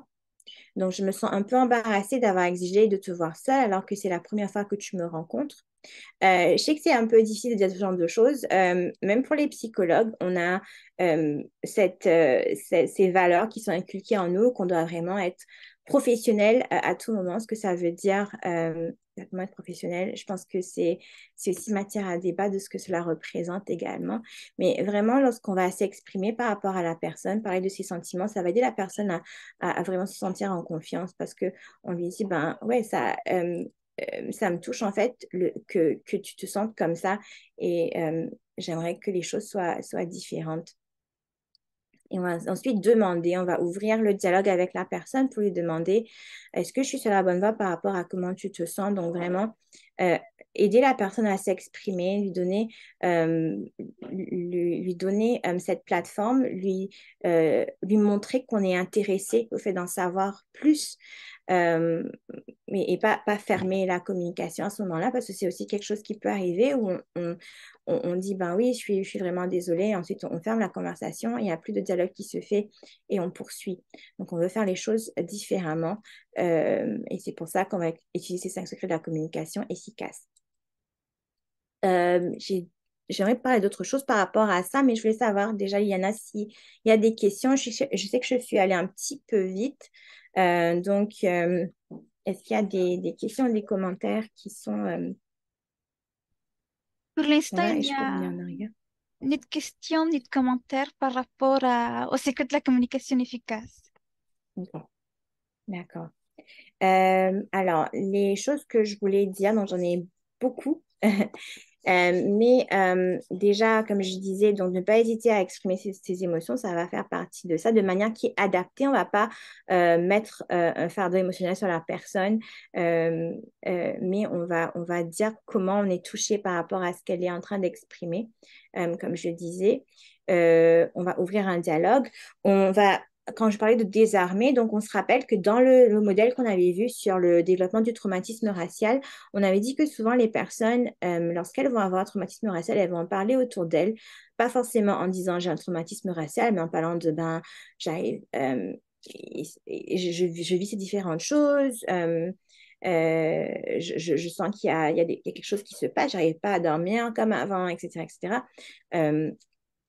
Ce que la personne va exprimer, elle va être invalidée, on va lui transmettre ce message que ben pourquoi ça n'a pas vraiment de sens. Le racisme n'est pas vu comme une raison valide de développer un traumatisme. Donc, c'est ce qu'elle va recevoir comme message. Donc, quand on va désarmer, on va valider l'expérience de la personne. Par exemple, si quelqu'un vous vient vous voir pour un traumatisme racial, elle a vécu quelque chose au travail qui a été vraiment difficile, où elle a été victime de quelque chose, d'un abus qui est physique, même d'un abus qui est verbal à cause de son appartenance raciale, valider le fait que vous la croyez, ne pas questionner l'impact de ce que ça a pu avoir sur elle ou l'intention de la personne.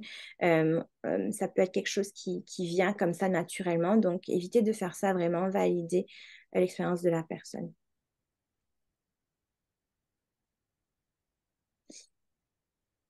Et comme je disais, ben, il y a des ressources qui peuvent vous aider par rapport au fait d'approfondir votre connaissance des 5 secrets de la communication efficace. Donc, il y a un podcast qui est gratuit, il y a le Feeling Good Together. Donc, les 5 secrets de la communication efficace, c'est un outil qui a été créé par un psychiatre américain qui s'appelle Dr. David Burns. Et les liens que j'ai inclus ici, ce sont des liens vers son site web. Et donc, toutes les ressources que vous allez voir sont en anglais. Malheureusement, il n'y a pas de traduction française à ce moment, à ce stade-ci des livres ou du podcast.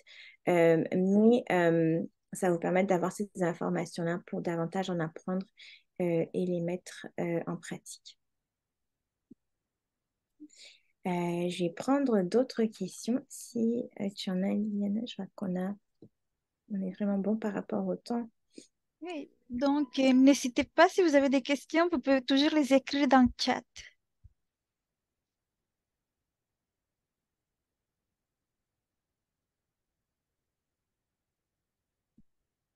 Et je vais passer maintenant au dernier outil dont je voulais parler. Euh, euh, Est-ce que c'est un outil? C'est quelque chose de vraiment important. Donc, je voulais absolument en parler aujourd'hui. Je pense que de tout ce qu'on a discuté aujourd'hui, c'est vraiment ce qu'il y a de plus essentiel. C'est de vraiment militer contre le racisme systémique dans le domaine où on travaille, dans d'autres domaines également. Mais comme on est avocat, on a vraiment une connaissance du système tel qu'il se joue dans le travail que l'on fait. Et c'est vraiment important d'en parler parce que toutes les choses que l'on a présentées aujourd'hui, j'y crois fermement, ça fait vraiment une différence par rapport au travail qu'on va faire auprès des personnes qui souffrent d'un traumatisme racial. Mais pour qu'il y ait des changements vraiment d'envergure, des changements à long terme, des changements qui sont vraiment significatifs, qui touchent le plus grand nombre de personnes possible, il faut vraiment faire ce travail-là où on va voir ce qui se passe en termes de racisme systémique dans le domaine où on œuvre pour pouvoir en parler, amener une conscientisation par rapport à ça et aussi militer pour qu'il y ait des changements à ce niveau-là. Et donc, vous êtes beaucoup mieux placé que moi pour savoir ce qui se passe dans les domaines où vous êtes, et que c'est quelque chose qui est un peu nouveau pour vous, de dire, ben, c'est peut-être du racisme systémique, il y a peut-être quelque chose à faire à ce niveau-là. Donc, je vous invite, après la formation, à y réfléchir un peu plus pour voir eh ben, c'est quoi ces choses qui se passent, qui sont en train de poser des barrières dans le domaine particulier où j'œuvre pour les personnes qui souffrent d'un traumatisme racial, les personnes qui sont autochtones et racisées. Et donc, certains exemples qui sont là, c'est par exemple que en cours, par exemple, donc il y a les pratiques qu'on appelle les contre-interrogatoires, donc vous connaissez bien mieux que moi, des victimes de crimes à caractère racial. Donc, est-ce que c'est quelque chose qui doit se faire comme elle se fait maintenant? Est-ce qu'il y a des changements à faire à ce niveau-là? Il y a aussi le fait qu'on force les victimes à interagir avec leur agresseur en cours. Est-ce que, il y a une manière différente de faire les choses? Il semblerait que oui. Donc, ça, ce sont quelques exemples. L'autre chose aussi qui me vient en tête, c'est le fait qu'en cours, lorsqu'on présente des évidences, des preuves, il va y avoir parfois des choses qui sont assez graphiques, donc des vidéos, des photos qui sont graphiques, de crimes à caractère racial qui ont été commis, qui vont avoir l'effet potentiellement de retraumatiser les victimes qui sont présentes parce qu'elles vont être exposées à ces choses-là. Ça va également affecter les personnes de l'assistance, sont des personnes racisées ou pas. Il y a plein de choses qui peuvent se passer. Est-ce qu'on a besoin finalement de présenter ces preuves de cette manière-là lorsqu'il y a quelque chose de ce type-là qui a eu lieu? Donc, vraiment y réfléchir et de comment on peut faire une différence, nous, à notre niveau. Est-ce qu'on a besoin de se rassembler? Est-ce qu'on... Voilà. Donc, vraiment, vraiment se pencher dessus et garder en tête que le plus important, c'est vraiment cette composante-là dans le travail que l'on fait. Merci beaucoup. Entre-temps, il y a deux questions. Je vais commencer par la première. Comment faire suffisamment de la place pour que la personne puisse s'exprimer et se sentir en confiance sans toutefois transformer la séance en session de thérapie, surtout si la personne rentre en détail dans l'expérience traumatisante qu'elle a vécue. Hmm, Surtout si jamais, par exemple, l'expérience traumatisante n'a pas de rapport avec la consultation juridique. d'accord. C'est une excellente question et je vois à travers la question qu'il y a vraiment ce souci-là, ben, aussi de donner aux personnes le service qu'elle est venue rechercher. Donc, on ne va pas donner une séance de thérapie, surtout qu'on n'est pas formé à être thérapeute. Et aussi de se dire ben, comment on fait pour ramener le sujet vers l'objet de la visite de la personne, donc il n'est pas forcément l'expérience traumatisante. Les 5 secrets de la communication efficace, ça peut fonctionner très bien dedans. On va communiquer beaucoup de chaleur, beaucoup d'empathie, beaucoup de respect pour la personne et en même temps lui dire que de manière, encore une fois, très empathique, très chaleureuse, et qu'on se sent un peu démuni par rapport à ça. Donc, si bientôt, c'est pas du mot à mot, mais si on est en train de demander à la personne, comme je l'ai fait tout à l'heure, je pense que c'était ça un peu l'introduction de la question, Eliana, c'était comme si on demande à la personne, ben, comment tu t'es sentie, c'est quoi les émotions, la personne commence à parler, et elle parle d'autre chose de valider, ben, ah ouais, ben, ça a l'air vraiment de quelque chose qui a été super difficile. Donc, je comprends tes sentiments de détresse et d'anxiété. Je me serais sentie pareil par rapport à ça. Et dire à la personne aussi, si elle continue à en parler, continuer à valider, mais aussi de dire à la personne à un moment donné, ben, euh, je sens que tu as vraiment besoin d'en parler, que c'est quelque chose qui est très important. Et je comprends tout à fait ça. Je pense que si j'étais passée par la même chose, j'aurais ressenti ce besoin également. Et je suis vraiment honorée que tu me fasses confiance et que tu partages ces informations avec moi de cette manière-là. Je suis un peu anxieux qu'on n'a pas beaucoup de temps aujourd'hui. Je sais que tu es venu par rapport à cette problématique-là avec laquelle tu voulais mon aide, cette autre problématique avec laquelle tu voulais mon aide. Euh, est-ce que je me demande si on devrait parler de ça à ce moment-là et peut-être que tu aimerais aussi avoir de l'aide par rapport au traumatisme que tu as vécu. Est-ce que c'est le cas? Et demander à la personne peut-être si elle a un thérapeute à qui elle peut parler également. Donc, ça peut aider. Donc, vraiment valider. euh, Aussi désarmer en validant, donc dire moi aussi je me sentirais sentie comme ça pour que la personne sente que ouais, je ne suis pas anormale parce que je suis en train de réagir de cette manière-là. On n'est pas en train de me dire que, encore une fois, ben, ce que je vis n'est pas important.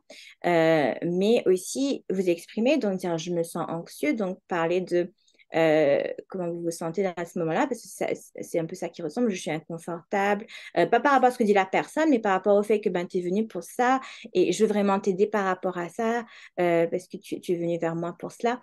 Et vraiment le communiquer à la personne, comme on a complimenté la personne également en lui disant, je suis honorée que tu me fasses confiance, donc vraiment la valoriser dans ce qu'elle est en train de dire. Euh, mais en même temps, lui signifier que oui, je suis peut-être pas la personne, je me sens un peu pas vraiment équipée pour t'aider par rapport à ça. Je me demande si c'est quelque chose avec lequel tu voudrais de l'aide et poser ces questions. Et je sais pas à quel point vous avez, en tant qu'avocat, des réseaux, vous pouvez accéder peut-être à des thérapeutes, peut-être que vous connaissez quelqu'un dans votre réseau professionnel qui peut aider la personne. En tout cas, si ce n'est pas le cas et que vous travaillez beaucoup avec des personnes racisées, peut-être que c'est une démarche importante à suivre, c'est de savoir ben, vers qui je pourrais référer cette personne pour qu'elle puisse parler et s'exprimer par rapport à ce qu'elle a vécu, se faire aider par rapport à ça. Merci beaucoup pour la belle réponse. C'est très complète. Ça aide beaucoup à nous placer un peu à la place dans ces situations. Et j'ai encore quelques questions. Le chat est actif et une personne se pose la question comment éviter l'imputation du traumatisme d'autrui. Elle parle de vicarious trauma. Je sais qu'en français, c'est Mm. traumatisme vicarien, fatigue de compassion. Oui, c'est une excellente question et je me suis aussi posé la question d'en parler aujourd'hui parce que c'est vraiment bien. Donc, c'est quelque chose on est vraiment à risque en tant que psychologue, qu'avocat, dans beaucoup de professions. Et donc, ce que moi, je suggère vraiment, les psychologues le font souvent, c'est on a nous-mêmes quelqu'un à qui on peut parler, on a nous-mêmes un thérapeute à qui on peut parler. Et donc, c'est ce que je suggère comme... il y a plein de choses que vous pouvez faire pour pouvoir empêcher un traumatisme vicarien. Mais si vous sentez déjà qu'il y a des effets qui sont en train de se faire, si lorsque je vais parler du stress post-traumatique, par exemple, il y a des choses que vous avez identifiées comme ben, moi, c'est quelque chose qui m'arrive. Ça peut être un signe qu'il y a quelque chose qui est en train de se passer ou qui pourrait se passer. Peut-être que ce n'est pas encore le cas. Donc, vraiment prévenir plutôt que guérir, je pense que c'est très important. Donc, je sais que c'est difficile en tant que professionnel également de demander de l'aide à quelqu'un d'autre. On sent qu'on devrait pouvoir porter tout ça sur nos épaules et aller bien par rapport à ça à tout moment. Mais oui, je pense que la meilleure solution, c'est d'essayer de parler à quelqu'un, de voir est-ce qu'il y a quelque chose qui est en train de se passer, de se faire aider par rapport à ça et d'avoir un soutien qui est plus professionnel. Euh, je pense que ce serait la meilleure manière d'approcher ça. Merci. Maintenant, j'ai toujours la question sur les origines qui revient. Et je prends mot pour moi la question pour ne pas l'altérer. Parfois, je demande des questions sur l'origine de mes clients pour faire un meilleur lien avec eux et démontrer mon intérêt pour leur culture. Par exemple, j'ai habité dans plusieurs pays africains et ainsi je discute de la nourriture ou ville ou certaines choses propres à leur pays. Je me sens maintenant coupable de la demander suite à cette programmation. Est-ce qu'il y aurait une autre façon de procéder? Par contre, je ne me demande pas l'origine, je demande s'ils viennent de ma ville. Hmm. Et donc, ce que je comprends, c'est que cette personne elle-même, elle est d'origine africaine. Est-ce que je comprends bien euh, la question? Et si elle veut réagir par rapport à ça. C'est vrai que par rapport à qui pose la question, ça peut être vraiment différent. Oh, Diana, je pense que tu veux dire quelque Oui. chose. Excuse-moi. Et en fait, la personne vient de préciser que non, elle est canadienne.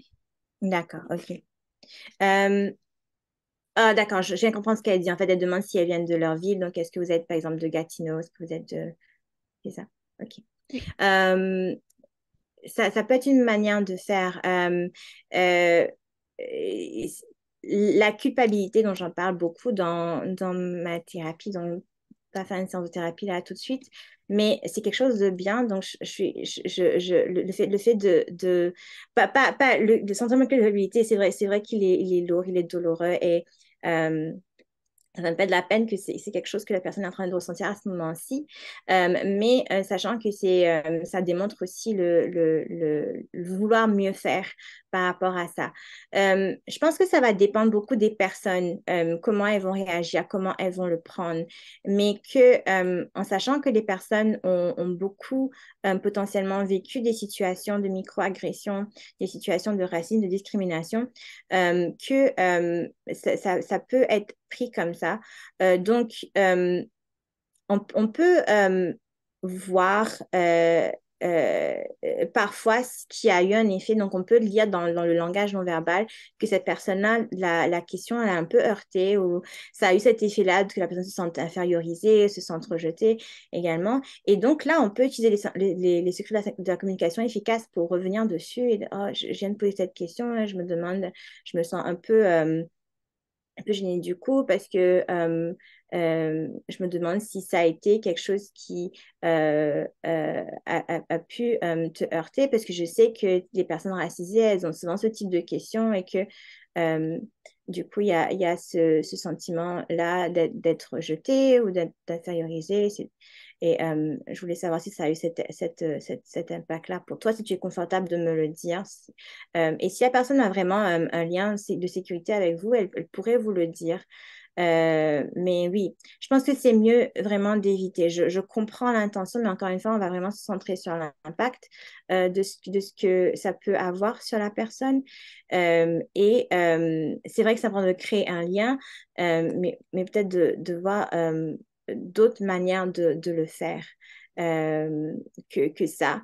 Et donc, dans les cinq secrets de la communication efficace, ça va être le fait de créer un lien, mais pas forcément se centrant sur comment est-ce que peut-être que tu es différent de moi, mais de d'autres manières comme on l'a souligné. J'espère que ça répond à cette question. Merci. Pour l'instant, je vois pas d'autres questions. Je sais pas si vous avez encore des questions. N'hésitez pas à écrire dans le chat. Et merci beaucoup de prendre le temps d'écouter ces questions et d'y répondre. Toutes les réponses sont super pertinentes et moi-même, j'en apprends beaucoup. De rien. Et je regardais un peu le temps. Je pense qu'on a le temps de... dis-moi, Liliana, si tu es d'accord, on va peut-être passer à l'implémentation. Donc, j'ai deux diapositives à ce sujet-là. Je voulais parler un peu de ça parce que je trouve que moi, je suis sur beaucoup de professionnels que je rencontre et peut-être vous également. Donc, on fait des formations, on est vraiment excités, on apprend beaucoup de choses dans ces formations-là, mais l'implémentation peut être un peu plus difficile. Donc, vraiment l'utiliser dans le quotidien, ça peut être un peu plus compliqué. Donc, vous allez voir que l'un des documents que va vous transmettre Liliana, c'est une fiche d'implémentation. Puis, elle va vous demander dans un premier temps de choisir un outil de la formation d'aujourd'hui, donc l'outil que vous voulez. Et il va vous demander ensuite de faire une analyse coût-bénéfice paradoxale de cet outil-là. Donc, ce que ça veut dire, c'est qu'on va vraiment se centrer dans un premier temps dans la colonne de gauche sur votre écran.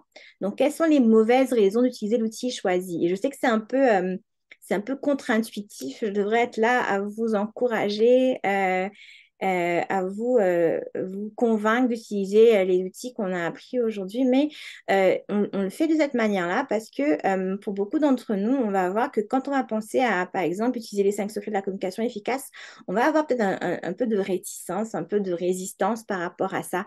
Et la résistance, c'est une bonne chose. Ce qui nous vient de manière spontanée quand on dit de faire les choses différemment. Il y a des bonnes raisons pour lesquelles peut-être on fait les choses comme on le fait, on y croit. Et du coup, quand on nous demande de changer, ben, ça peut amener des sentiments tout à fait pertinents qui viennent nous amener à réagir négativement par rapport à ce changement-là. Donc, on va vraiment mettre des mots sur cette petite voix intérieure qui nous dit, ben non, je voudrais continuer à faire les choses comme tu le fais, ça a vraiment de sens ce qu'elle dit, etc., etc. Donc, vraiment mettre les mots dessus. Et ensuite, voir dans un deuxième temps, donc ce que dit la colonne de droite, est-ce qu'il y a des bonnes raisons d'utiliser l'outil choisi?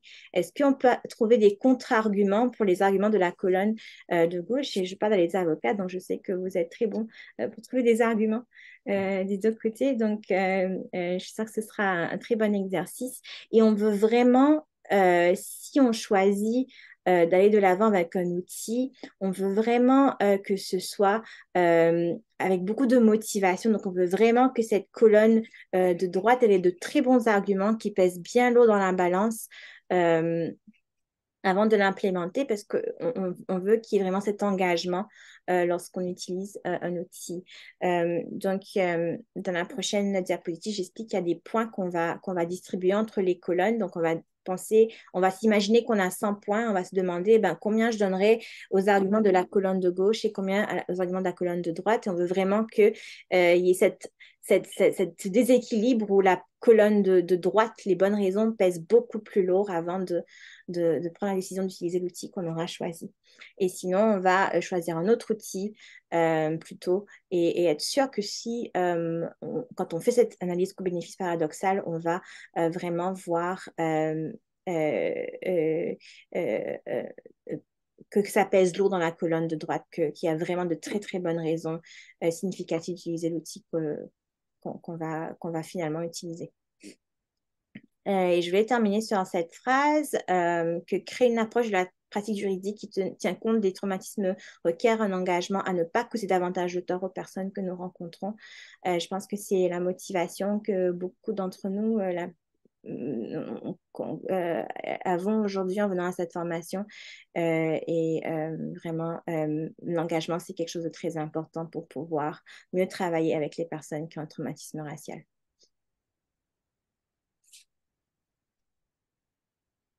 Merci à tous et s'il y a des questions, je serais ravie d'y répondre.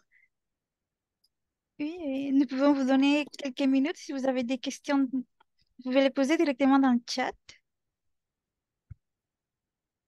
Sinon, ne partez pas tout de suite. Nous avons encore quelques informations à vous partager.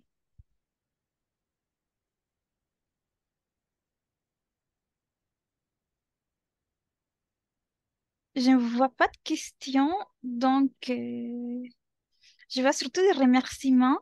Donc, je vais sauter tout de suite à la conclusion. Donc, avant tout, nous aimerions remercier l'experte Audrey Koday de nous avoir permis de mieux comprendre les besoins des personnes souffrant d'un traumatisme racial et de nous avoir si bien outillés. C'est beaucoup de documents que nous allons pouvoir vous partager. Merci beaucoup. Mais surtout aussi, merci à tous pour votre participation.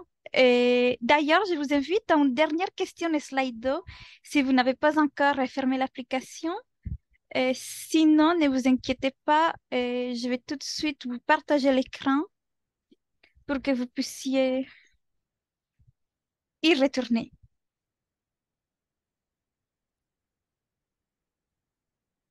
Donc, j'ai une dernière question pour vous.